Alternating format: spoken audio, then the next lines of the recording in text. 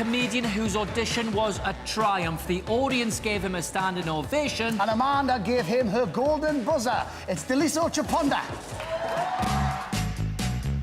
I'm Daliso Chaponda. I'm 37. I'm a Malawian stand-up comedian, and I live in Manchester. So I started doing stand-up comedy in Canada. I was studying computer programming, so I've come a quite sharp left turn. I left Canada. I tried it in South Africa. I wasn't very good, and then I moved to Manchester.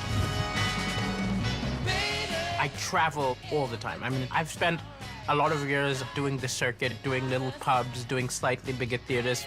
I would like to tour giant rooms, screaming, fans, and just always have an audience for my jokes. Sometimes I think I don't appreciate myself. When I got the golden buzzer, it was the last thing I expected. I was so happy. You're bloody hilarious. And I really want you to win the entire series. Thank you so much. Ever since Amanda pressed the golden buzzer, I've had those 22-year-old dreams come back into my head and think, you can make it. You'll be the next big thing. You can make it. I've never won a competition. I think it's time that I win something. I really do. It's my turn. I'm ready. I'm ready to score the knockout punch.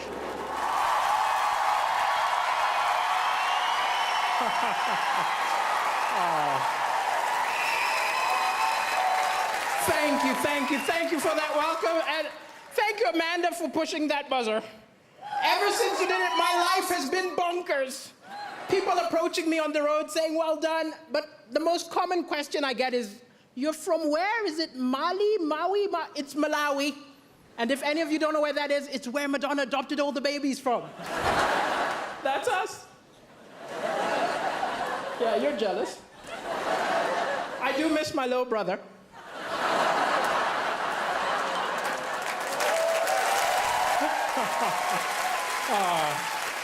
And Angelina took my sister, so. And I've been in the UK a while. I was tricked into moving here. I was tricked because I was watching television and I saw an angry guy came on television and he said, oh, these immigrants take all the good jobs, all the good women. I was like, wow, that's what I'm looking for.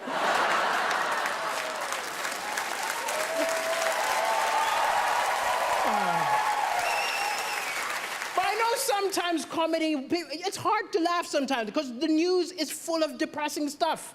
But I think the thing is, it's misleading because amazing things happen every day, little acts of kindness, but they don't report it. They put it on page 10, they open with the doom and gloom. If the BBC News was a mate of yours, you'd never go over. Look, I'm not going to that depressing barbecue. I'm gonna hang out with Cartoon Network.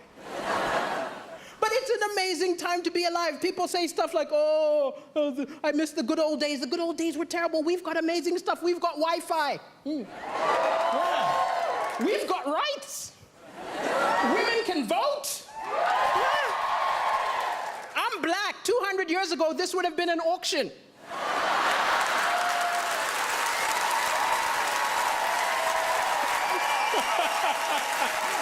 We've come a long way, that's all I'm saying.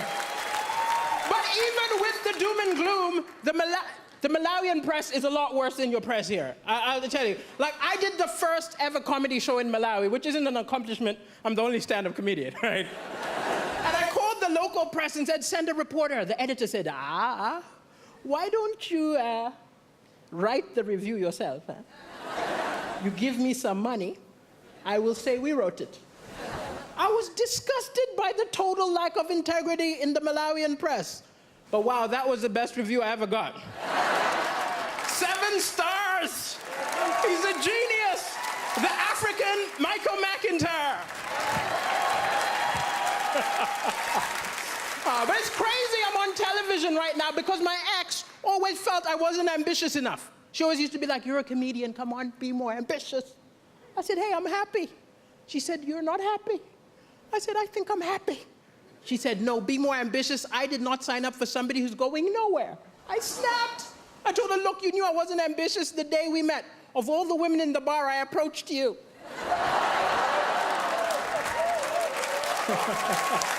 Yeah, you're laughing. I'm single now. And I am looking for love, I'll admit. I'm looking for love. You know, gotta get that citizenship, you know. But it's hard to date on a budget.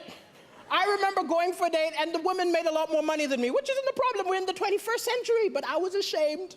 I remember the waiter came up, assumed I was going to pay. Put the bill in front of me, I had to go, I'll get the next one. I felt so pathetic watching her pay. I wanted so badly to be part of the transaction. So I just took the change. I don't understand the British. I saw a beautiful British woman looking at a mirror upset. I said, what's going on? She said, can't you see? It's a fat mirror. I was like, what do you mean the mirror's fat? She said, this mirror makes me look fatter than I really am. I said, wow, I think my eyes have the same problem.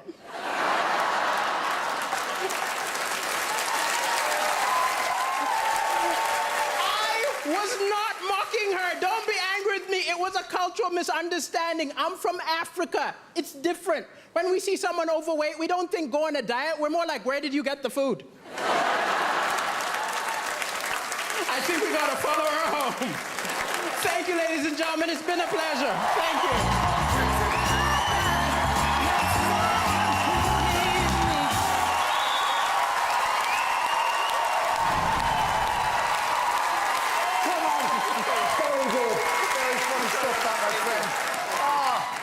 Amanda, are you proud? Oh, Daliso, I love you. I'm so thrilled. I have to say, I think that's even better than the first time we saw you.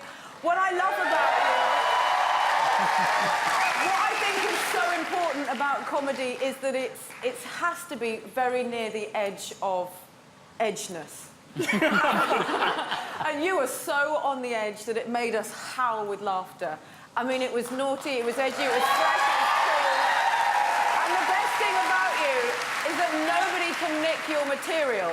Yeah. Michael McIntyre can't take your stuff. Nobody can take your stuff. You are unique, and you really smashed it. I'm proud of you. Well done. Thank you. Thank you. Thank you. Do you mind reminding me how old you are again? I'm 37. 37. You look good. I have to tell you something.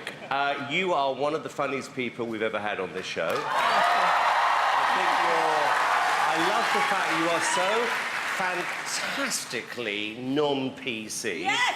I really do. And I think that's part of the reason why everybody likes you so much. I said this earlier on in the week, I'm going to say this about you, is that I do believe that this show can be an amazing showcase for somebody like you. And I would be amazed... Actually, no, I don't want to say this because I jinxed it before, but what I'm thinking is this, that you are the sort of person who, off the back of this, your phone should be ringing in 3 days' time, offering you your own show. You should be on TV more often. I mean, the one thing I've noticed about comedians are they are quite selfish, and the same people seem to be on a lot. I think there's a real gap in the market for you, and it's your personality, your sense of fun, which I believe is going to put you in the final tomorrow, and you deserve it. I second that. I pray people pick up the phone and put you in the final. When you were on the first time round, Jack Whitehall called me and said he used to do gigs with you back in the day, and I said, why isn't he the biggest comedy star in the country? He said, he's never been given the right break. Well, tonight is the right break. You're going to be a superstar. Uncomfortable topics funny, and you made us ugly laugh. Like, no woman wants to do that. We were howling. You're brilliant. Well done, Daliso. Thank you, judges. Quite well. Doesn't get any better than that, does it? That's not wonderful relief. Fabulous, fabulous. If you want to see Daliso, stay in the hub for the Royal Variety and come back here for the final. Call 0902 or 44 24 or 4 from a landline, from your mobile, call 644 24 or 4 or vote by the app. But not yet, voting doesn't start until the last act has been phoned. One more time, let's hear it for Daliso Chaponda!